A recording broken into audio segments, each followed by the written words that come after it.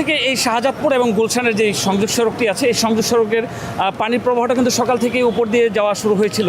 তো এই এবং এই ভেঙেছে দুপুরের নাগাদ, এই বাঁধটা ভেঙেছে বা সংযোগ সড়কটা বেড়েছে। সকাল থেকে আমাদের এখানে এই স্বেচ্ছাসেবী হিসাবে কাজ করছেন যিনি, আমরা তার সাথে কথা বলার চেষ্টা করব যে আসলে এই পরিস্থিতিটা কীভাবে হলো এবং কতটা ভয়াবহ অবস্থা আছে এবং সামনে পরিস্থিতিটা আরও কী হতে পারে, আমরা সে নিয়ে কথা বলবো। যে আপনি তো সকাল থেকে কাজ করছেন। আমরা যখন এখানে সকাল 10টা, আমার বাসা এখানেই, তো বেসিক্যালি 10টার দিকে যখন আমি এখানে আসি, এখানে যে পিছনে যে বাঁধটা ভাঙছে ফুটপাথটা, এটা তখন মাত্র 2 ফিট ভাঙছে, ঠিক আছে। এর পরবর্তীতে আপনারা জানেন যেই পরিমাণ পানির স্রোত, প্রবল পানি আমাদের এখানে হচ্ছে গিয়ে আপনার শাহজাদপুর, তারপর হচ্ছে নদ্দা, কালাজপুর, বাড়িধারা হয়ে এই লেকটা তো অতটুকু এক্সটেন্ডেড কালাজপুর পর্যন্ত, পুরো পানির ফ্লোটাই কিন্তু এদিক দিয়ে আসতেছে। আর আমাদের আপনারা জানেন যে ওইখানে গুলশানের যে ব্রিজটা, ওইটার নিচ দিয়ে পানি আসার মতো অবস্থা আছে, কিন্তু অত বেশি হেভিলি আসতে পারতেছে না, যার কারণে যেই পানিগুলো আস্তে আস্তে পুরোটা এখানে এসে একটা চাপ প্রয়োগ করে। এবং এই ফুটপাথগুলো আসলে খুব বেশি যে স্থায়ী এরকম না, যার কারণে যেটা হচ্ছে যে ইনফ্রাস্ট্রাকচারটা সকাল 10:30টার দিকে এটা ভেঙে গেছে, ঠিক আছে। এর পরবর্তী এটা ভাঙার পরে প্রতি মিনিটে এটা আস্তে আস্তে ভাঙতে এটা দেখেন এখন প্রায় 20 থেকে 30 ফিট পুরো ভেঙে গেছে। তারপরে হচ্ছে গিয়ে যে আপনার পিছনে দেখেন এই পাশটা যেটা হচ্ছে, এটা পরে ভাঙছে, এটা হচ্ছে 11টার দিকে ভাঙছে, ঠিক আছে। এটা হচ্ছে গিয়ে ভাঙা শুরু করছে, প্রথমে 1 ফিট ছিল, আস্তে আস্তে এটা প্রায় 15-20 ফিটের মতো এখানে ভেঙে গেছে। আমরা যখন দুপুর 2টা পর্যন্ত ছিলাম এখানে ভলেন্টিয়ারিং করতেছিলাম, আমরা 11টা সাড়ে 11টা পর্যন্ত গাড়ি সড়ক দিয়ে চলাচল করতে পারছে, রিক্সা গাড়ি। কিন্তু আমরা দেখলাম যে গাড়ি যদি এখানে আরও চলাচল করে, এই রাস্তাটা রিক্সে পড়ে যাবে, এটা অনেক ওয়েট হবে, তখন হচ্ছে গিয়ে এটা আরও বেশি অ্যাক্সিডেন্ট করার সম্ভাবনা আছে। তখন আমরা এখানে গুলশান সোসাইটি সহ আমাদের এলাকাবাসী সহ আমরা স্থানীয় বিভিন্ন রাজনৈতিক দলের সংগঠনের লোকরা আমরা সকলে মিলে এই জায়গাটা হচ্ছে কি আমরা দেখতেছেন ক্যাবেল দিয়ে আমরা রাস্তাটা আটকিয়ে দিই। আসলে যে শুধুমাত্র এই লেকটা, এখানে গুলশানের এই টোটাল লেকটা হাতিরঝিল পর্যন্ত কয়েকটা সংযোগ সড়ক আছে। এই প্রান্তে যখন পানিটা ওভারফ্লো হয়ে এই পাশে আসছে এবং এটা তো পরবর্তীতে বাড্ডা লিংক রোড, এখানে বেসিক্যালি যদি আপনার গুলশানের যেই ব্রিজটা আছে, ওই ব্রিজটা যদি ক্লিয়ার করে রাখা হয়তো, এখানে জানেন আপনারা যে পানিটা যায়, পানির লাইনটা খুবই ছোট, 2-3 বা 3-4 ফিট হবে, খুবই স্বল্প পরিমাণে। আর এখানে তো পানির নল যেটা ছিল 1 হাত পরিমাণে, তো আপনি চিন্তা করেন এখানে 50 ফুট 100 ফুট পানি আসতেছে, কিন্তু নল হচ্ছে আপনার 1 হাত। তো এখানে একটা আছে, এখানে একটা নল ভেঙে সব চলে গেছে। এখানে প্রয়োজন হচ্ছে একটা ব্রিজ। এই এলাকার শুধু না, এটা শুধু গুলশান বাড্ডা নয়, এখানে কিন্তু বসুন্ধরা থেকে শুরু করে বিভিন্ন এলাকার অফিসগামী লোকজন, হাজার হাজার মানুষ এখান দিয়ে যায়। এইখানে একটা যদি ব্রিজ থাকতো বা এখানে নলাটা যদি অনেক বেশি পরিমাণে থাকতো, তাহলে কিন্তু এই রোডটা ভাঙতো না, ফুটপাথটা ভাঙতো না। এবং এই পেশাটা কিন্তু এখন ওইখানে করবে, দেখবেন যে আল্লাহ না করুক গুলশান লিংক রোডও গিয়ে এটা আঘাত করতে পারে। কারণ যেহেতু আজকে সকালে যখন আমরা দেখছি ফুটপাথ থেকে প্রায় 5 থেকে 7 ফিট নিচে পানি ছিল, এখন কিন্তু পানি হচ্ছে ফুটপাথ থেকে প্রায় 1 থেকে 1.5 ফিট। তো বৃষ্টি বিকালে আলহামদুলিল্লাহ বন্ধ হওয়ার পর থেকে মোটামুটি পানি যাচ্ছে, কিন্তু যেটা হচ্ছে যে ওই দিকে কিন্তু প্রেশার পড়বে। এবং এটা যদি হাতিরঝিল হয়ে ওই দিক থেকে যাওয়ার যে বনশ্রী হয়ে বালু নদী হয়ে যদি এটা মেঘনা হয়ে ওইদিকে যাওয়ার ব্যবস্থা করা যেত, একটু স্পিড থাকতো, ভালো থাকতো। আর সবচেয়ে বড় বিষয় যেটা হচ্ছে সিটি কর্পোরেশন বিগত সময়গুলো দিয়ে সকল জায়গাতে খাল খনন করেছে, কিন্তু আমাদের এই এলাকায় খালটাকে খনন করা হয়নি। এখানে যদি আরও ভালো পরিমাণে ভালোভাবে ড্রেনেজ করা হতো, খাল করা হতো, তাহলে কিন্তু আর এই পানিটা কিন্তু আরও বেশি পরিমাণে এখানে স্টোরেজ হতে পারতো, তখন কিন্তু এই ধরনের অ্যাক্সিডেন্ট হতো না। আজকে কিন্তু মানুষের দুর্ভোগ হচ্ছে, এখানে কিন্তু হাজার হাজার মানুষ দেখতেছেন। সকালবেলা যারা গেছে তারা কিন্তু 10টা থেকে যারা গেছে কেউ জানে না যে এখানে এই ধরনের একটা ঘটনা ঘটছে, ঠিক আছে। তো এটা হচ্ছে এই এলাকার মানুষের জন্য শুধু নয়, সকল মানুষের জন্য এটা কিন্তু একটা বড় ধরনের বিপদ সংকেত। এই যে এইখানকার পানিটা বেড়ে যাওয়ার কারণে শুধুমাত্র লেকের পানি, এই পানিগুলো লেকের পানিগুলো তো অলরেডি আবাসিক লেকের পানি না, আবাসিকের যত ধরনের যত পানি, সকল পানি এখান থেকে আসতেছে, সকল পানি এখান দিয়ে আসে। দর্শক যেমনটি জানাচ্ছিলেন উনি, সকাল থেকেই কিন্তু তাকে আমরা লক্ষ্য করেছি যে এখানে স্বেচ্ছাসেবী হিসেবে কাজ করছেন, মানুষকে সচেতন করছেন। এই পানির ফ্লোটা যদি এভাবেই চলতে থাকে, পাশের যে অপর প্রান্তে যে লেকের বাকি অংশটুকু, সেখানে কিন্তু অলরেডি 5 থেকে 6 ফিট পানিটা উঁচু হয়ে গেছে এবং এই পানিটা বেড়ে যাওয়ার কারণে পরবর্তী সামনে যে আরেকটি লিংক রোড আছে বাড্ডা গুলশান, সেই লিংক রোডের উপর কিন্তু অলরেডি প্রেশার পড়তেছে।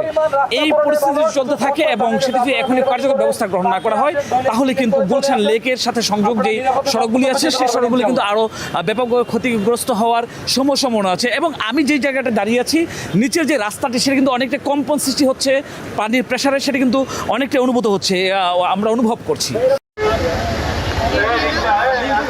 যে অবস্থা পানিটা এই পাশ থেকে ফ্লোটা বাড়ার ফলে এই লেকটা তো পানিটা ফেলে যাচ্ছে এবং স্বাভাবিকভাবেই একবার আবার পানির এই বৃষ্টি এই ধারাবাহিকতা আরও হলে অবস্থা কোন দিকে যাবে মনে হয়? রাস্তা শেষগুলো থাকবে এই লেকটা নর্থ চাঁদপুর থেকে প্রবাহিত এবং হাতে দ্বীপ এবং এইটা সেটা কিন্তু বালু নদী মনস্রী যে খালটা আছে সেটা দিয়ে প্রবাহিত হয়। এই বৃষ্টি যদি ধারাবাহিক থাকে তাহলে আমরা যারা লেক পাড়ের বাসিন্দা আমরা চরম একটা হুমকির মধ্যে পড়ি।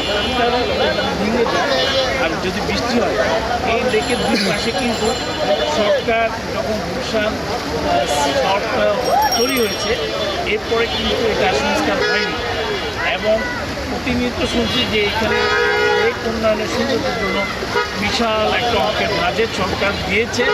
এই জন্য ধন্যবাদ সরকারকে। আমি বিনয়ের সঙ্গে বলবো যারা দায়িত্বে আছে লেকের দুই পারে আপনারা প্রোটেকশনের ব্যবস্থা করবেন ভুললি গেড়ে, যাতে করে যত বৃষ্টি আমরা এইখানে দাঁড়িয়ে আছি এর অপর প্রান্তে এখান থেকে কোয়ার্টার কিলোমিটার দূরে কিন্তু প্রধানমন্ত্রীর বাসভবন, প্রধানমন্ত্রী বাসভবন গুলশান যে বাসভবন সেটি সেখানে। তো এই লেকের পুরো পানিটা কিন্তু গুলশান আবাসিক যে এরিয়াটা আছে সেখানে ঢুকে গেছে। আচ্ছা, কি বলা হয় প্রধানমন্ত্রী আমাদের সত্য আসনের এমপি আর একদিকে হলো প্রধানমন্ত্রী। পুরা বাংলাদেশের দায়িত্বটা কিন্তু প্রধানমন্ত্রীর দায়িত্বে। আর আমি প্রধানমন্ত্রীর একজন ভোটার, সত্য আসনে একজন ভোটার 18 ওয়ার্ডে, এবং ভবিষ্যতে আমি কাউন্সিলর দাঁড়াবো। আমার নাম জিয়াউর রহমান, আমি ঢাকা ইউনিভার্সিটির স্টুডেন্ট।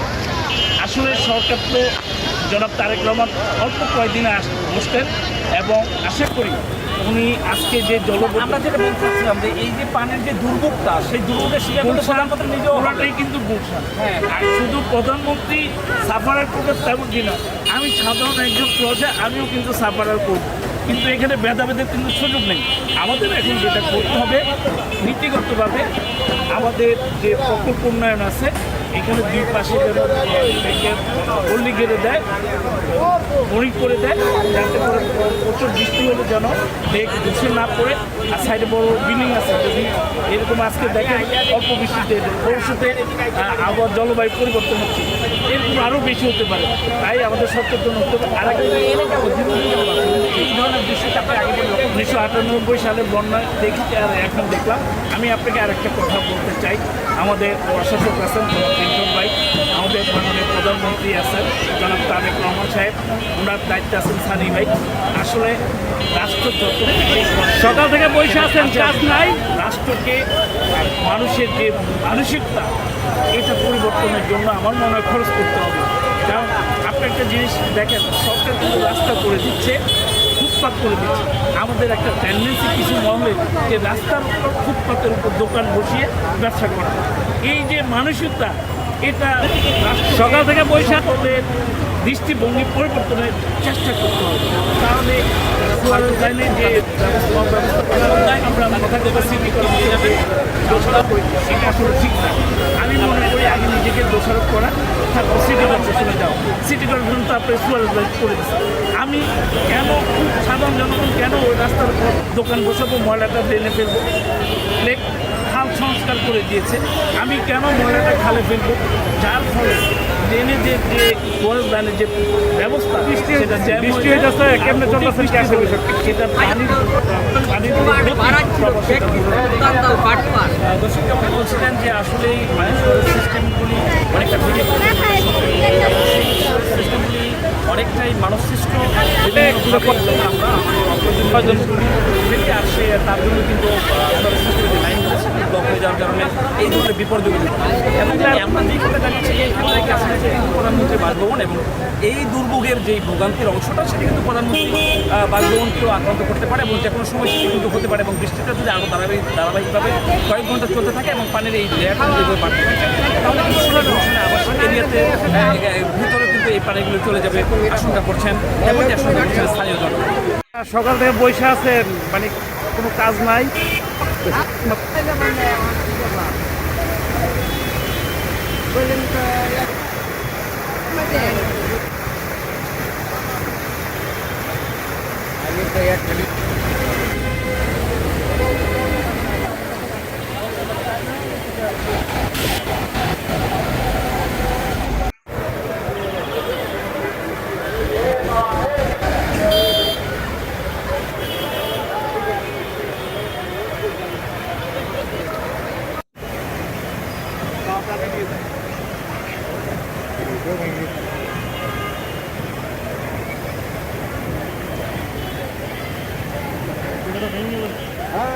বাংলাদেশ সরকারের উন্নয়ন ভাই।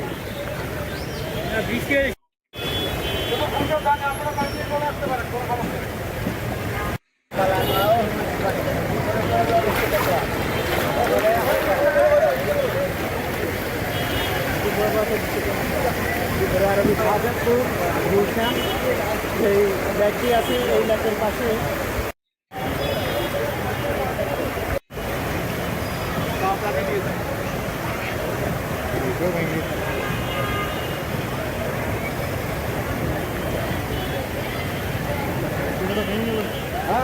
বাংলাদেশ সরকারের উন্নয়ন ভাই।